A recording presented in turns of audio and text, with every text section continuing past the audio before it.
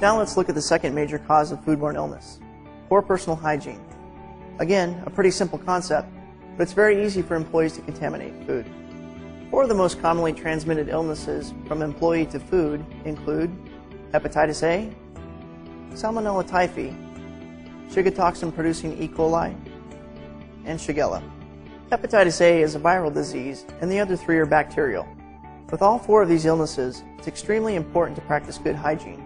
Wash your hands, report illnesses, take daily baths, and wear clean, appropriate clothing every day. Hand washing is the most important preventative measure food service employees can practice to avoid food contamination. Though it may seem elementary, let's review the steps of proper hand washing. Apply soap. Vigorously scrub hands and arms for at least 20 seconds.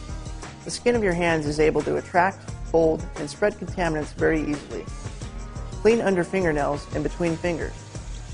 Rinse thoroughly under running water. Dry hands and arms with a single-use paper towel or warm air hand dryer. All of these steps are important.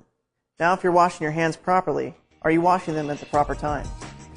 These are examples of the times you should be washing your hands to ensure the safety of the food you handle. After using the restroom, after touching your face or body, after sneezing, coughing, or using a tissue, after smoking, chewing tobacco, and chewing gum, after taking out the garbage, after handling dirty dishes, after handling raw foods, and before handling ready-to-eat foods, and in between glove use.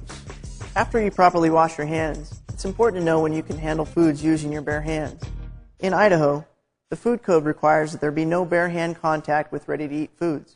So how do you minimize bare hand contact? The most common way is to use disposable gloves, but you can also use tissue or utensils. There are some rules to remember when using gloves.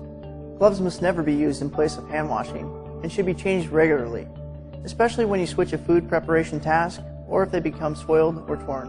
When changing gloves, it's also important to wash your hands in between taking the soiled glove off and putting the new glove on. The next component of good personal hygiene is the reporting of employee illnesses. Certain health problems must be reported to the person in charge so that the sick employees do not contaminate food. If an employee has a fever, diarrhea, vomiting, a sore throat with fever, or jaundice, then they are restricted from working in a food establishment. Restrict means that they are restricted from working with or around food or utensils. For example, if they desire to work, they can be a host, hostess, or a cashier. If a food worker has any of these symptoms and they work with a high-risk population, then they are excluded. Exclude means they cannot come to work at all. If an employee has been diagnosed with any of these four illnesses, hepatitis A, Salmonella, Shigella, and E. coli, then they are also excluded from working in the establishment, and the regulatory authority, usually the health district, must be notified. Remember, these are the four illnesses that are most likely to be spread from an employee to food. Medical clearance is usually required before an employee is allowed to return to work. Let's illustrate the point with a short story. Harold is a cook at the local diner. He wakes up with only 15 minutes to get ready for work.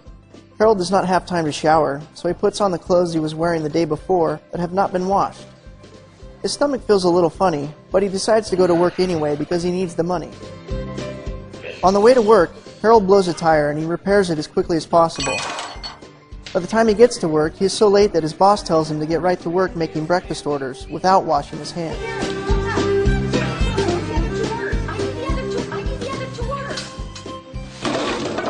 After the breakfast rush, Harold takes out the garbage and then starts to get the salad bar ready for the lunch shift without washing his hands. Meanwhile, Harold's stomach is feeling worse. He tells the boss, but the boss dismisses it because two other employees have already called in sick, and she can't afford to lose Harold too. Harold complies, but rushes to the restroom to relieve himself. Harold washes his hands and realizes there are no paper towels, so he just wipes his hands on his apron and gets back to work. Is this any way to run a restaurant?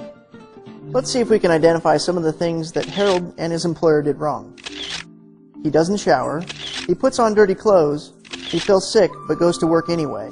Fails to wash up before starting to cook. Takes out the garbage and again fails to wash up before preparing the salad bar. His boss dismisses his illness and tells him to keep working. He goes to the bathroom and washes his hands, finally, but wipes his hands on his dirty apron. Harold's story is a pretty extreme example, but does demonstrate the many ways food can become contaminated when employees and their employers don't follow basic hygiene rules. Don't let this happen to you or the restaurant where you work.